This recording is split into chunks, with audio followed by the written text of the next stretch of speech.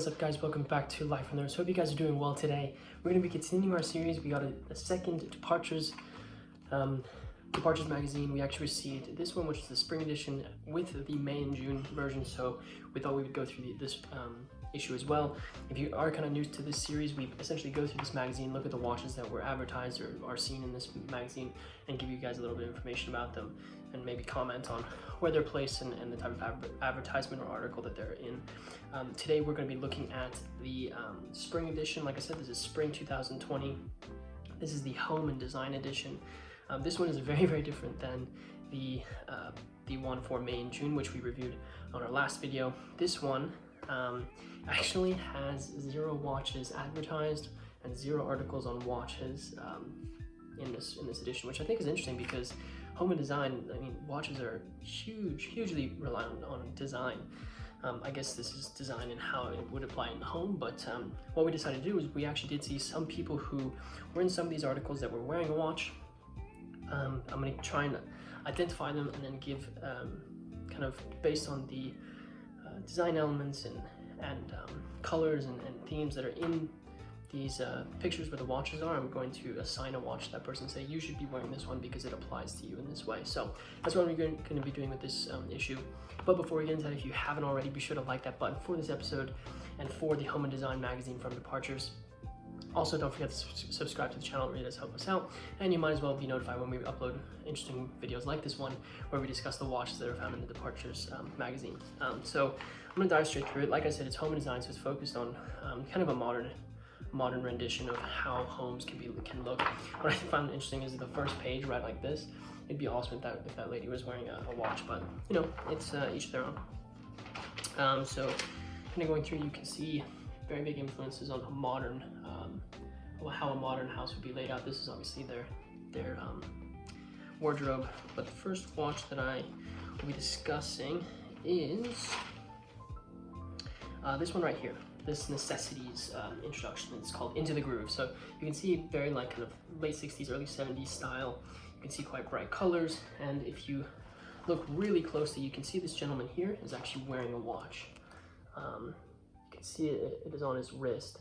So because it's kind of 70s themed, and the first watch that really popped into my mind when I saw this picture and I saw this individual wearing a watch, I can't really tell what watch he's wearing. It actually looks like a vintage chronograph to me, but we'll never know. The watch that pops into my head when I think about this is the Schwarz Etienne Ode to the 70s, which was released last year at Basel World. It's essentially a tribute to the 70s style. The watch has really bright colors on the dial, has a beautiful tourbillon made from Schwarz Etienne, which is obviously a really incredible watch manufacturer. Really cool article, cool watch, and I think it would apply to this guy very, very well. Obviously, it's got those groovy colors, and it would fit into the groove theme of this article. The next watch is up here, and it is on this little article here. This is an image of the creative director. His name is Benoit Pierre Emre, and he's up here in this top corner here. You can see him sitting here, and you can see a watch on his wrist very faintly. You can see him wearing, he has a watch on his wrist. It actually looks like a square watch, and looks like completely stainless steel on a leather bracelet. The watch that came to mind when I thought of this individual was the Tag Heuer Monaco. I would go for a completely stainless steel version of the Monaco. You could go for the Heuer Monaco, the vintage version of it, which is completely stainless steel, white dial. It fits his personality for sure. If you don't know, this is a Heuer watch that was made, that's in the shape of a square. The dial markers are in a circular pattern, but I think it would fit this individual really well, and it looks like he's actually wearing a square watch. It doesn't look round, which is why I thought the Monaco would be a good choice for him. I was gonna say this individual isn't wearing a watch, but this is really cool kind of view. The watch I picture this person wearing is JLC, Triple Calendar Moon Phase, or a Moon Phase from JLC. I think it would fit this picture very, very nicely. The next one is this individual right here. This is Carlton Varney. He's really an icon when it comes to style, and you can see he's wearing this really interesting tie that almost looks like it's kind of like a peacock, but a black and white peacock. He's got these red socks, big ring on his right finger, looks like a navy blue shirt with a pocket square. And you know, when I look at this guy, I'm like, wow, this is interesting style. What I picture this guy, especially because he's a little bit older, he's very classic looking, kind of suave. And what I think about when I look at this guy is Rolex Daytona, a solid gold vintage Rolex Daytona. I think it would just fit his personality really well. Actually, I think the perfect one would actually be the blue dial Rolex Daytona, vintage the solid gold Rolex Daytona with a blue dial. That is exactly what I can picture him wearing. I'll put up some picture, you can see it, but that's what I picture when I see him. Now, obviously, I can't see if he's wearing a watch or not; it's covered, but that's what I would picture. The fourth is over to the ladies' side of things. And that's this picture right here. So you can see that this individual in this, so this is the full one, but you can see that she has something on her wrist. I'm not really sure what it is. But to me it looks like a ladies' Datejust. And I think that is like the perfect watch for this image right here. Ladies' Datejust is a very classic watch. It's very simple. You can get them with a lot of diamonds, but I actually picture a very simple version of it. Actually, I picture a white gold version of it. Very simple, not intrusive to the actual elements of this picture. Matches her dress really nicely, of course. And I think it's another testament to, like, she's outdoors. Datejust obviously has an oyster case, so it's gonna fit really well within this environment. I think it's a really perfect match for her. Again, can't really tell what kind of watch that is, but it looks like a ladies' Datejust.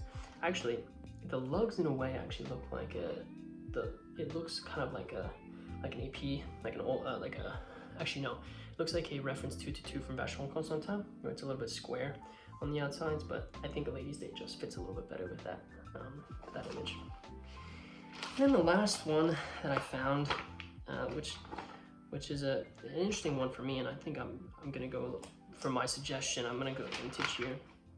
Is this individual right here? So you can see this person here is sitting in quite a modern environment.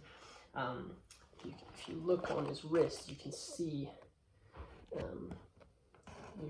a watch on his wrist, which is on the TV, on the table.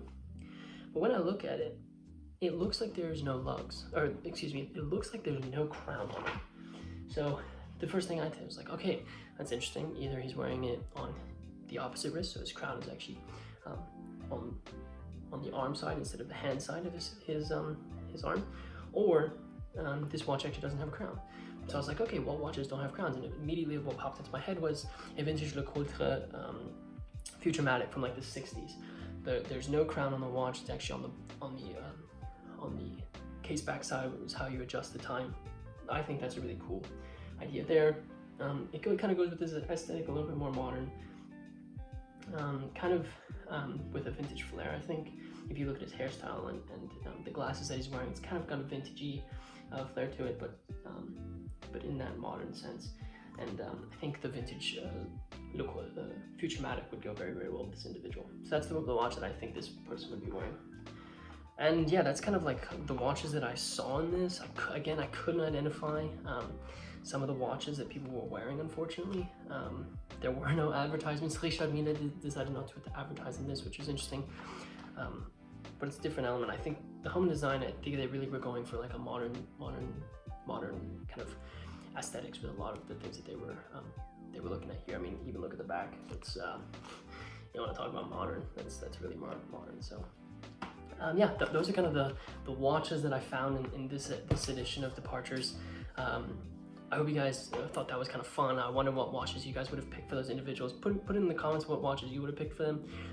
Would love to hear your thoughts on that. Also, if you didn't in the beginning video, be sure to like this video. For us, it really does help us out and push these videos to people who would be interested in watches and watch content. Also, don't forget to subscribe to the channel if you like this video. And also, if you've checked out some of the other videos, I'm sure you probably enjoyed those as well, so be sure to subscribe to the channel so you're notified when we actually upload videos. And with that said, guys, I hope you enjoyed this video, and until next time.